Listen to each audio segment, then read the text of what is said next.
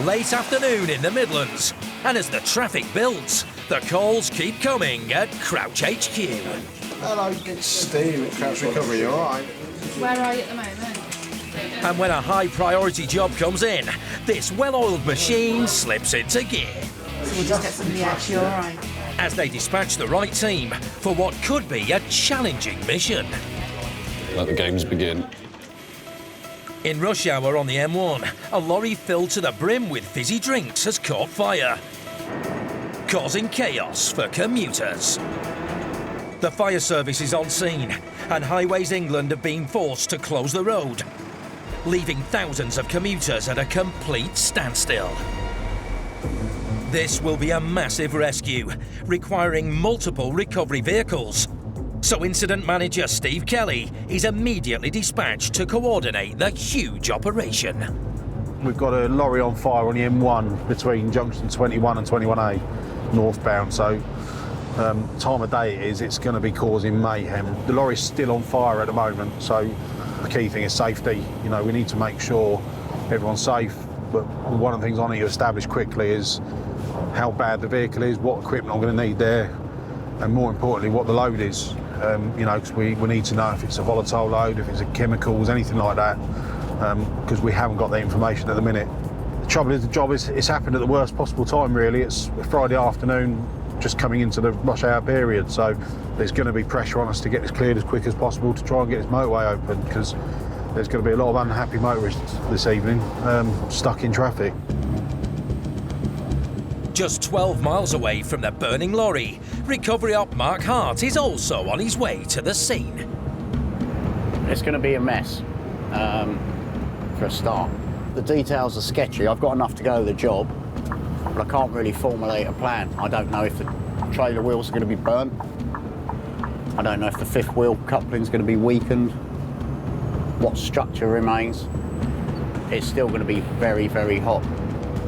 You've got to be aware of tyres exploding, airbags exploding, that can happen without notice. Obviously, if it's a bad fire, then I've got to be aware of things falling off the trailer when you're towing it. If the structure's been weakened, it can fall apart. I like a challenge, but I don't like to pick up a burning trailer while it's still on fire. Mark's no stranger to blazing infernos. An ex-firefighter who also has over 6 years in the recovery trade, there's not much he hasn't seen. And no situation is too hot to handle. But one thing Mark can't control is the traffic on the M1. So you're probably looking at, I don't know, 4 or 5 miles of traffic so far. So we got permission to use the hard shoulder. That's from the police. Obviously proceeding with care, because there might be people in their cars walking about. So you still got to be careful, but we can get to the incident. It's traffic chaos, and if Mark can't get to the lorry, there'll be a lot of people who won't be home in time for tea. Let this car go first, and he's clearing my path. That's someone who's parked in the hard shoulder, he shouldn't be. Great, fabulous. Time is ticking, and the last thing Mark needs is more obstacles. But it looks like it's not his lucky day. When I find out this is what this idiot's doing. You shouldn't be in the hard shoulder, mate. Simple as that. Unless you've broken down, which you obviously haven't. Fool. Why are you even in the hard shoulder? There will be other emergency vehicles coming up that hard shoulder. It's not clever at all. Proving his point, a fire engine is also struggling to make it through as the hard shoulder becomes as snarled up as the main carriageway. I'll go and see what's going on. What's happening? All the traffic's come up here, innit? All the lorries and cars and whatnot. Yeah. Now no one can get through, innit? So the fire brigade can't even get through? No. We've got the boss here in a crane. He's waiting to get to the job. We've got the fire service who can't get through. We've got highways behind them, and we've got me behind them. It's all a bit of a mess. Crazy, isn't it? Coming up, a 44-ton Arctic wedged in a narrow country lane. How stuck is it? Is it well in, yeah? Yeah. Leaves Lee with a load to bear. As you can see, these lanes are only made for... They're not even made for a car. Recovery op Michael Got to have a good winch out. has to keep his eye on the ball to rescue a 25-ton unit and trailer stuck on a rugby pitch. Pull it from there, I'll pull it from here. And all hopes of an easy job quickly fizzle out Good luck moving that. Just a mess. when Mark sees the scale of the burnt-out wreck. Need to chock the wheel so I can pull it in. A massive lorry fire on the M1 in rush hour is causing chaos. The whole of the northbound carriageway is blocked by the smouldering wreck. And recovery op Mark is battling to reach the scene on the hard shoulder, which is proving tricky. All these cars are in the hard shoulder and they shouldn't be in there. It's just inconsiderate buffoonery. Finally, Mark makes it closer to the smouldering wreck. I can smell something burning now. And the scale of the job is clear to see. So Steve's here. Oh, the service van's here, the low loader's here. It's a complete unit burnt out. Good luck moving that. Just a mess. Luckily, the driver of the lorry escaped unharmed, and the fire service have extinguished all the flames. There were loads of cans of fizzy drink, so they kind of exploded in the heat. But with cans scattered across the tarmac and a burnt-out unit and trailer to clear, this is a huge job. The plan is to separate the wreck into two parts, which can then be removed from the scene individually. While incident manager Steve Kelly coordinates the operation, Mark slides his wrecker into position so it can help with pulling the unit onto the low loader. Right, see what he wants. In the thick of it, Steve is already getting to grips with the challenge. When we get these jobs past us, we're not given all the information, so it's imperative that we find out what we're dealing with, if it's hazardous goods, if it's something that's going to need special equipment. Steve's a pro in the know. He's been in the recovery biz for nearly 30 years. And having rescued over 17,000 trucks in distress, he's not going to let a job like this go up in smoke. When I came down on the southbound carriageway, they had a couple of lanes shut because of the smoke, and there was cans kind of popping and exploding and going across the carriageway, so I think it took them a while to realise what it was. It's got to be treated as it could be something quite volatile.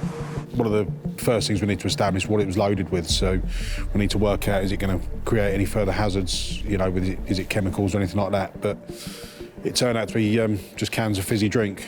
So they'd been popping and banging all over the motorway, so they were kind of strewn everywhere and all over the vehicle. It's good news. The fizzy drinks might have exploded, but nothing else is going to go pop. What? Stinks.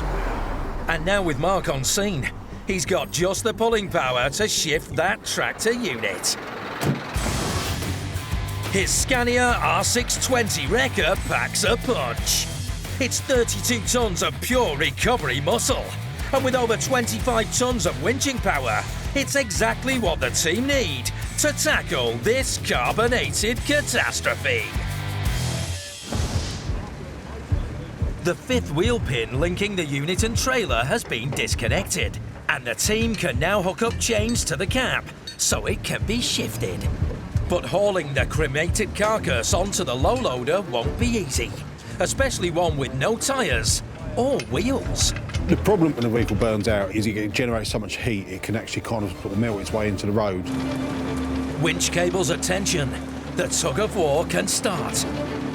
Slowly but surely, the unit begins to move.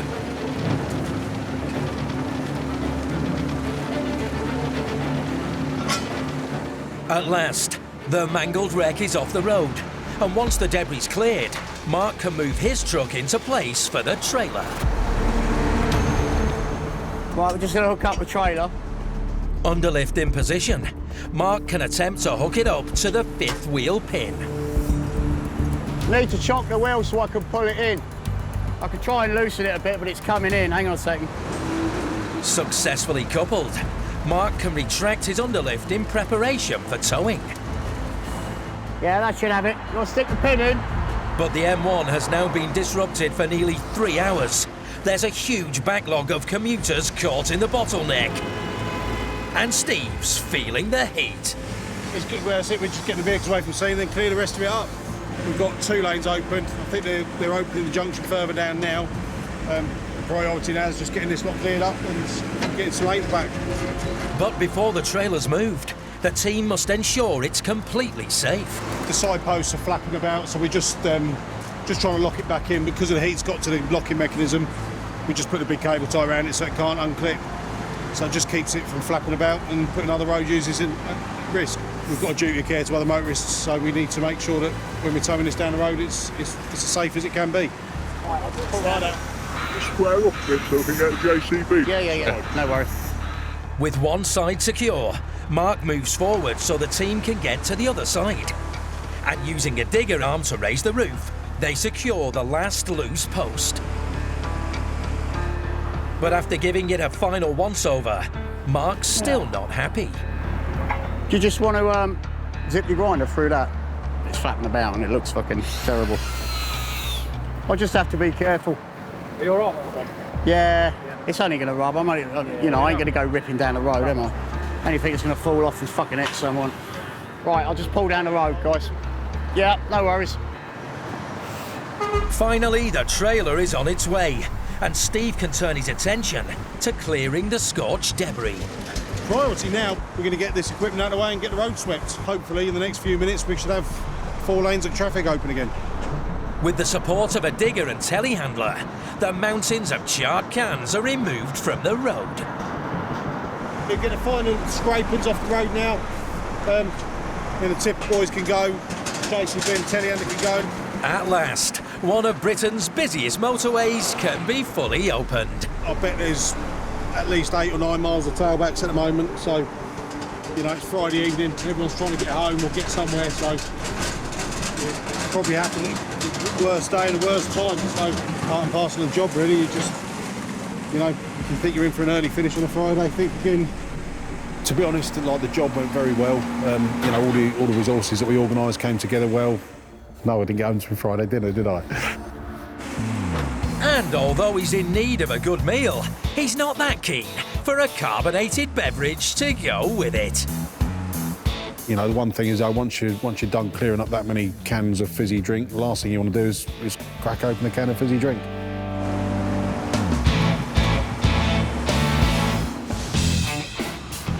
Miles away from the mayhem of the motorway, recovery op Lee Price is headed deep into the countryside to a job outside Lutterworth. We've got a unit and trailer reportedly stuck in the verge outside a farm entrance. That's the only details I've got. A 44-ton fully loaded Arctic has been left marooned on a muddy verge after its driver pulled over on a narrow country road. The fact it's loaded, time of year and we're on soft ground, it says it's in the verge. Yeah, we could have a bit of a job on his hands. With over 10 years in the industry and more than 20,000 recoveries to his name, 35-year-old Lee is more than qualified to take on the challenge. Yeah, I like doing jobs like this because I have to get in there with my brain and I have to think.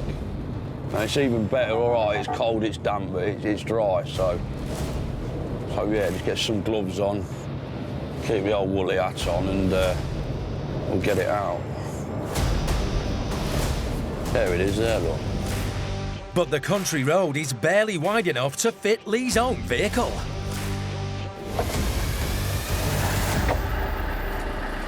Morning, boss. How are you? Yeah, not too bad, yeah. I'm going to try to find somewhere to spin round, yeah? Yeah, all right, mate, yeah. Are you going to back me up front, back up, front end? I'm going to pull you out the front. All right, mate. Yeah? No worries. Yeah, I'll wait till you come down. All right, mate. First, Lee needs to reposition his wrecker. That'll do for turning round on. You can see it's nice and hard. And after he parks up in front, Lee quickly assesses the situation. How stuck is it? It's bogged down. Is it well in, yeah? Yeah.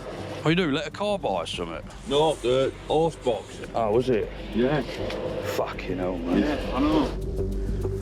These lorry drivers, they've got to get to farms and stuff, and as you can see, these lanes are only made for...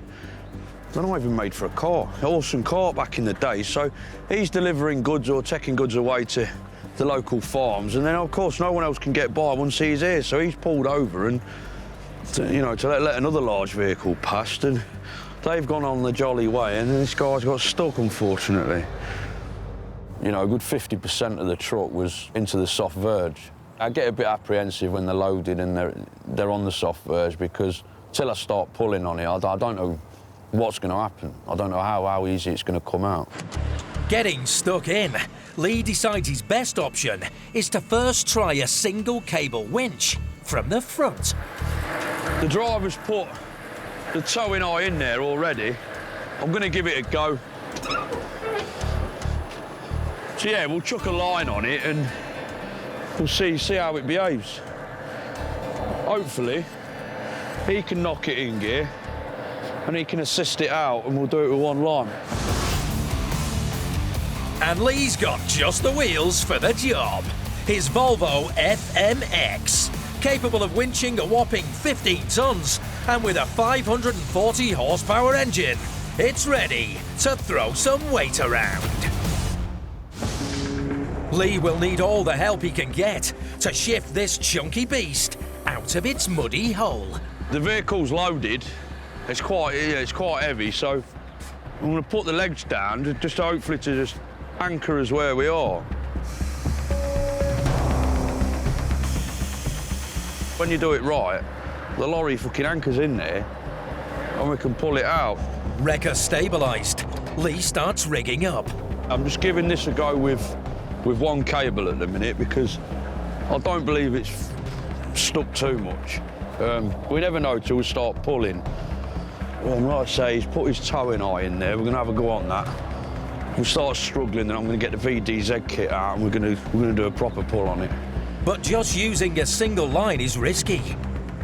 One wrong move, and this Arctic could slip deeper into the mud.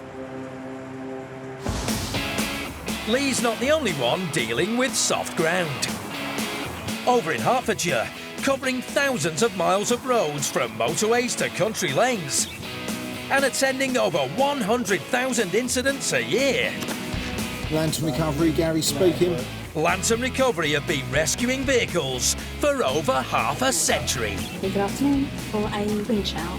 We have one stuck in the mud. And it's recovery op Michael, who's had the call out for this sticky job.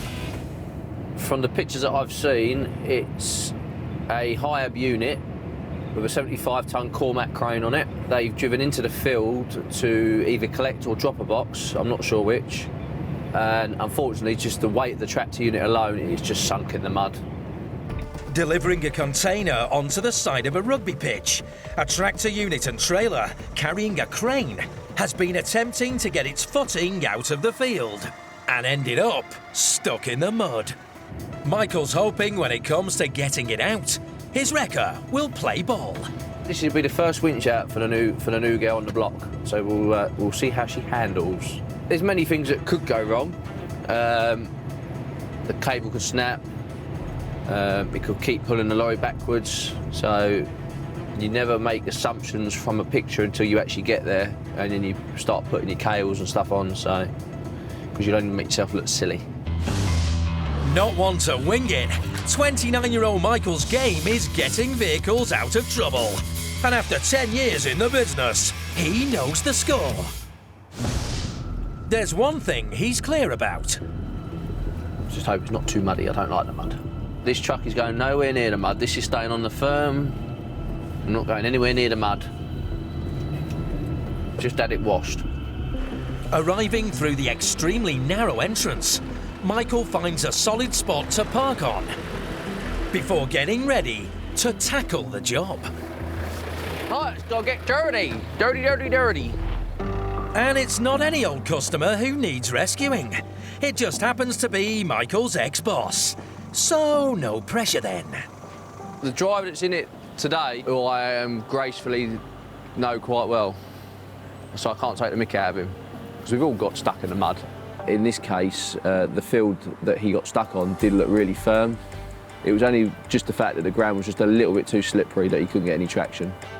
But all we're going to do is we'll fold the boom down, we'll put the legs down, and then if they can find the towing eye, if not, we have to go on the axle or something, but don't really want to do that, because this towing eye's there to help you.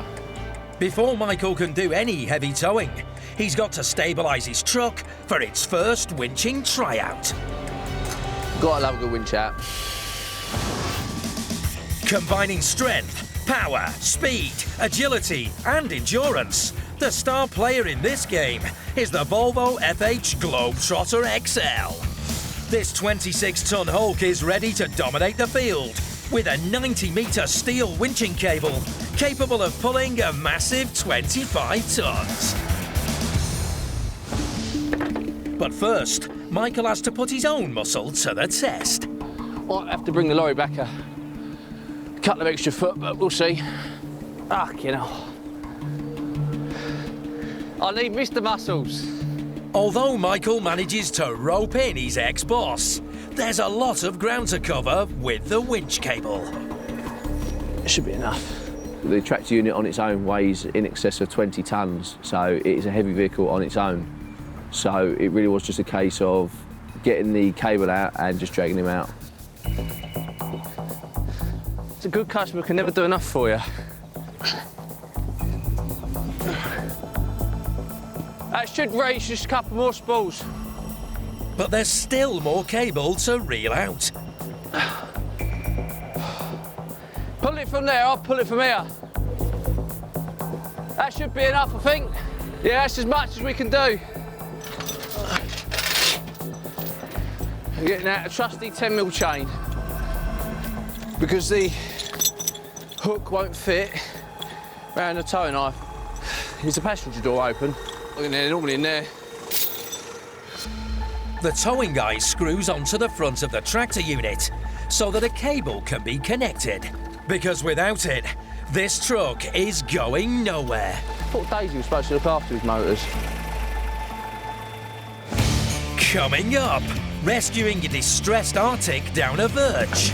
Kick it up. Yeah, kick it up, yeah. Is as clear as mud for Lee. Not quite sure how it's going to react. Michael gets in the thick of it to winch out a lorry from a rugby field.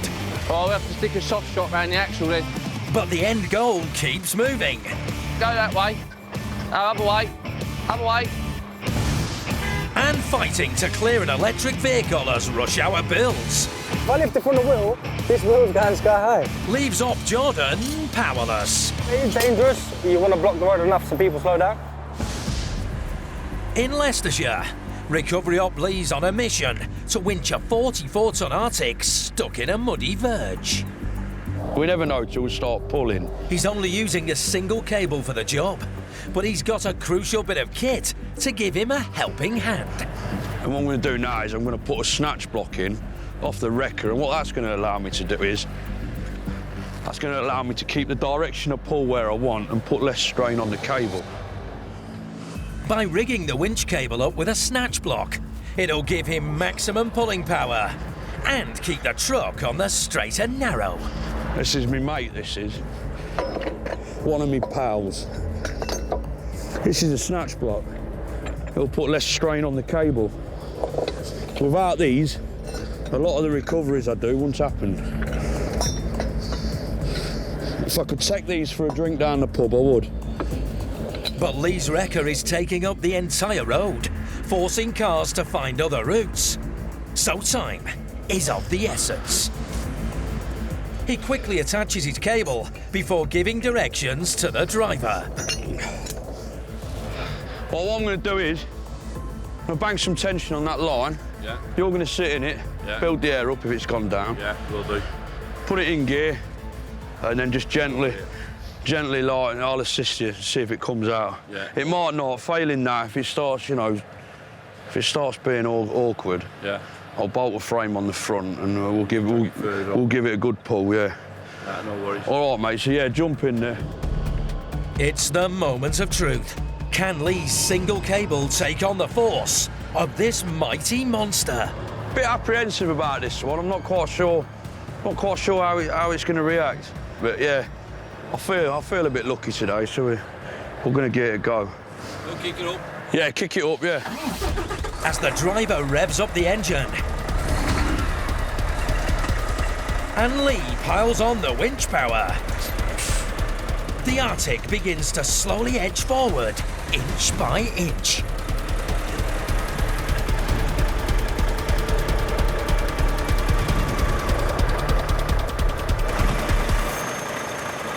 Once we get that drive axle onto the tarmac, we should be cooking with gas.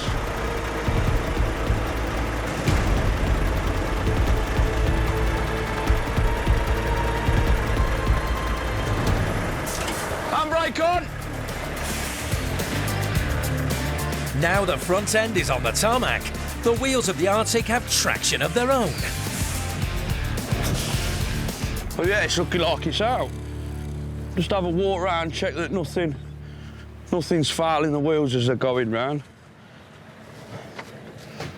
Yeah, it all looks intact still, undamaged. All that's left to do now is for Lee to de-rig his equipment, including his trusty snatch block. My mate did well. He did as it was born to do. It's been a textbook winch out for Lee. Once you put the cable on, winched it out, and it come out just, yeah, I couldn't fault it, and he could get on with his day. Thank you very much, sir. You're welcome, mate. Oh, man, thank you. Hey, take care, mate. See you, Duncan. And safe trip, yeah. See you later. Yeah, you too. Thank you. Back at the rugby club, also up to his eyes in mud. Looking for a towing eye. Recovery op Michael's got his winch cable in play. But without a towing eye to attach it to, this 25-ton unit and trailer are staying grounded. Oh, we have to stick a soft strap around the axle then. Always thinking on his feet, Michael's got a solution. One of them green ones would be better because they're longer, aren't they? Lovely. Just grab two of them. So, we're actually using one of the custom straps. They're just a little bit longer. They're only rated for, it's about 3 ton, 3 or 4 ton. Each line represents a ton. So it's 4 ton straps. So we're going to put 2 on there, just to give us a bit of play. And they're also nice and long. So we'll do it both sides, Rich, so we get an even pull. We actually use a couple of strops to put around the axle. We decided to put one each side just so it was pulling evenly. We didn't want to catch a radiator either, so we really just had to take all precautions necessary. Strops connected to the winching cable, Michael preps his vehicle for the pull. Making sure the cable goes in nice and tight to the drum. I'm going to winch it from here to take the tension up and then we'll get the remote. He may have his eye on a successful winch out, but his remote control isn't playing ball. I'm going to do it from here because the remote's playing up. All right, so just listen to the delights of my voice. My remote was just out of its range, so what we did is we was using the levers. So I was keeping an eye on it. I had Richard on the phone. Put it in first, just do it so the wheels are not spinning, but so you got traction. If I get traction, do you want to drive off? No, because I need to wrap my cable in as well, so I'll just pull you. At least on the phone, we're in two-way communication. It's just easier. I can keep an eye on the monitor. Using the levers, Michael takes control, bringing the cable to tension. And slowly, the heavy machine is winched out of its muddy mire. Lovely. Just put it into neutral, Richard, and I'll just pull you because I need to keep the tension on the cable. Yeah, I will pull up to that post and you should be able to get out then. That looks fairly sturdy there. Go that way. No, other way. Other way. At last, enough progress has been made for Michael to set the truck free. Yeah, that's got traction. All right, I'll take the cable off.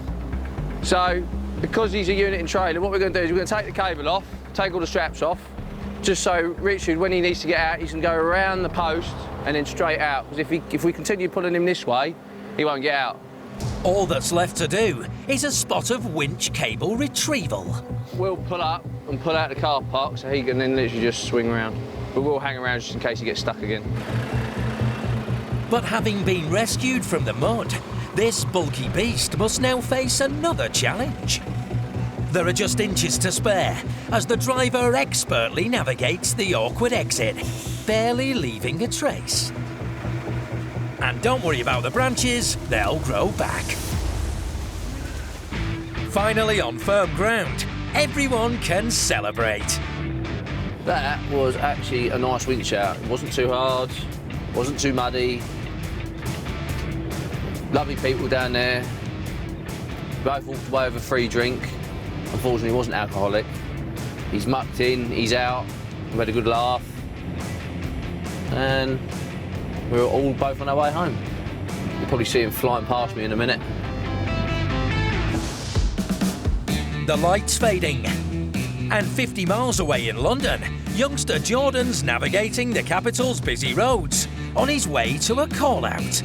But while youth might be on his side, he's no stranger to the recovery game. My dad was in it from young and just grew up around the industry, cars, bikes, trucks. It's in the blood. Which is just as well, because an electric car's crash-landed, its front end smashed to smithereens, and its suspension seen better days. The driver may have escaped lightly, but now Jordan's got to do some heavy lifting. When I started doing heavy work and I was young, it was just about being the biggest on the road. When people see you, they didn't expect to see someone so young doing it. At 25 years old, young whippersnapper Jordan's already rescued an impressive 5,000 vehicles in only 5.5 years on the job. I've picked up anything as small as scooters, bikes, anything as big as transits. But I have been out and done weird stuff. Think compactors. If I can lift it, I can shift it. If it's on, it's gone. But electric cars are an altogether different breed and can be tricky to deal with. So electric cars, they do tend to run direct current, alternating current. It is a big health and safety issue with the way they're recovered. Most people ask for a full lift, especially RTAs, because they don't know what the damage is, so it's safer. The voltage in an electric vehicle is 50 times higher than a regular car. And after being in an accident, dangerous parts could be exposed, making this a risky operation. The Tesla can't be towed, so Jordan will have to pick it up on his street lifter. So I can see the Tesla. The front end is collapsed, suspension gone, car's on the floor. What's going through my mind? 2 clamps, 2 soft straps. On the bed, strap it and go. But it's the traffic. Whether drivers are going to see me loading, that's the only thing. That's why I'm parking facing downhill so they can see the beacons rather than them get blinded and see my headlights. Lifting EVs, they are heavy. Some of these cars are damaged, they've hit trees, cars, lorries. Front impacts, they crumble, exposed cables, and you can't really work out if the system's still live. Once lifting it, it is dangerous. The stranded vehicle may be on the side of the road, but Jordan will still have to block one lane to shift it. And yes, it's rush hour. So legs down, stabilise the lorry so I can use the crane. And then I'm going to work out where my soft straps are going to go to rig up that front end and then get the show cracking. Clamp, clamp, clamp, clamp, clamp. Let me get my clamps and we'll go from there. Using clamps attached to the wheels, Jordan will crane the heavy vehicle onto his loader. And he's got just the truck for the job. This supercharged DAF LF210 with mounted crane can move an impressive 3.5 tons of metal. This street lifter is perfect for tight spots in the city. But finding a safe place for his clamps isn't going to be easy. It snapped the lower control arm, so if I lift it from the wheel, this wheel's going sky high. And there's another headache.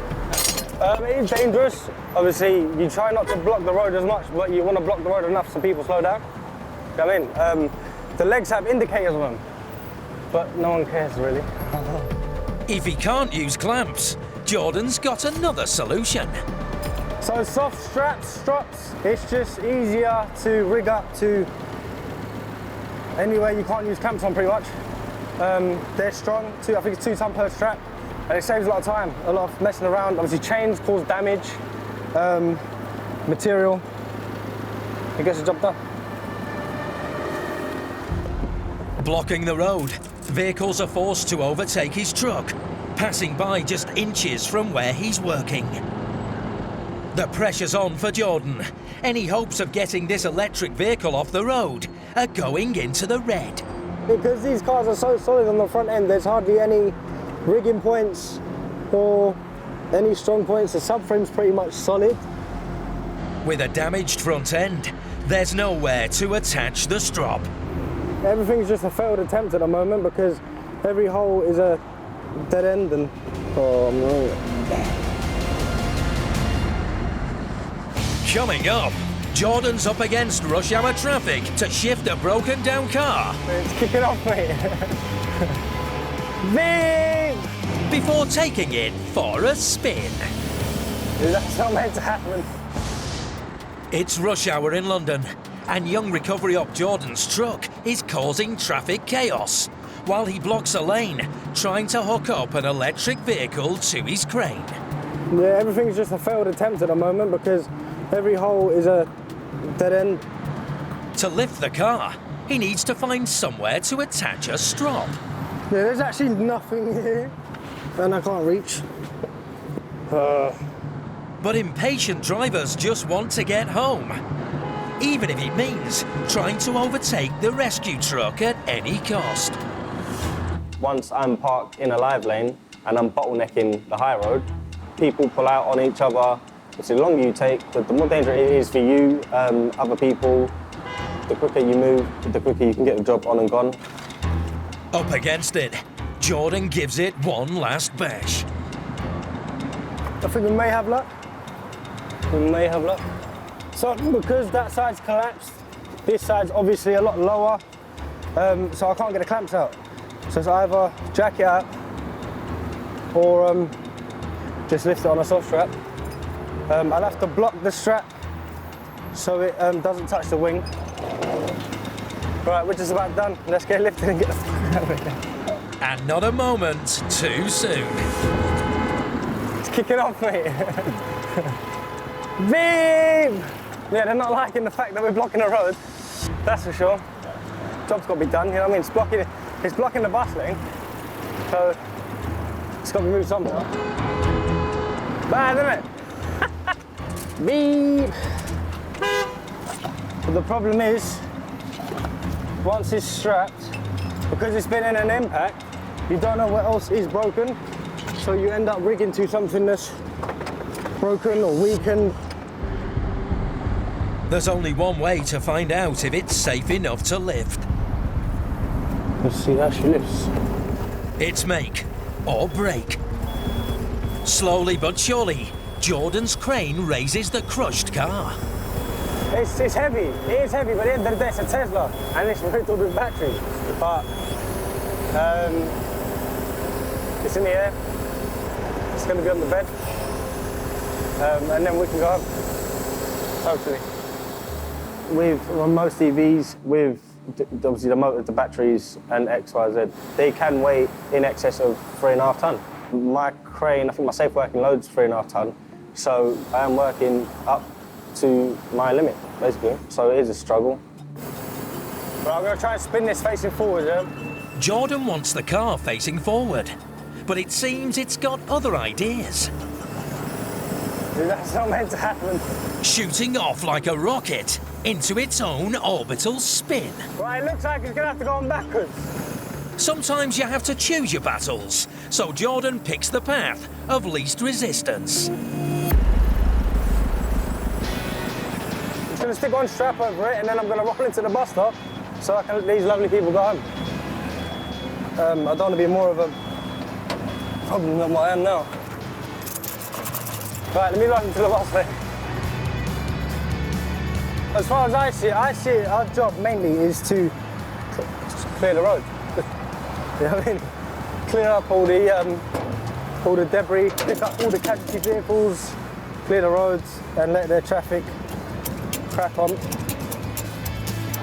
Out of the way with traffic flowing freely, he can now focus on securing the vehicles safely.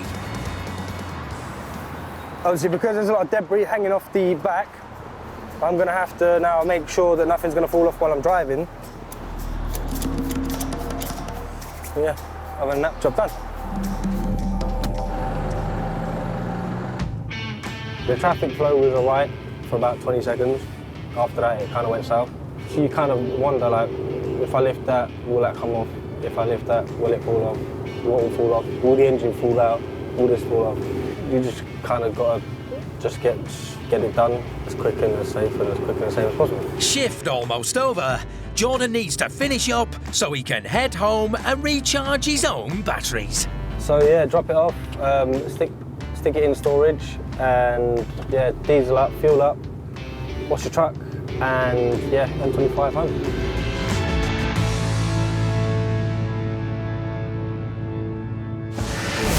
Next time.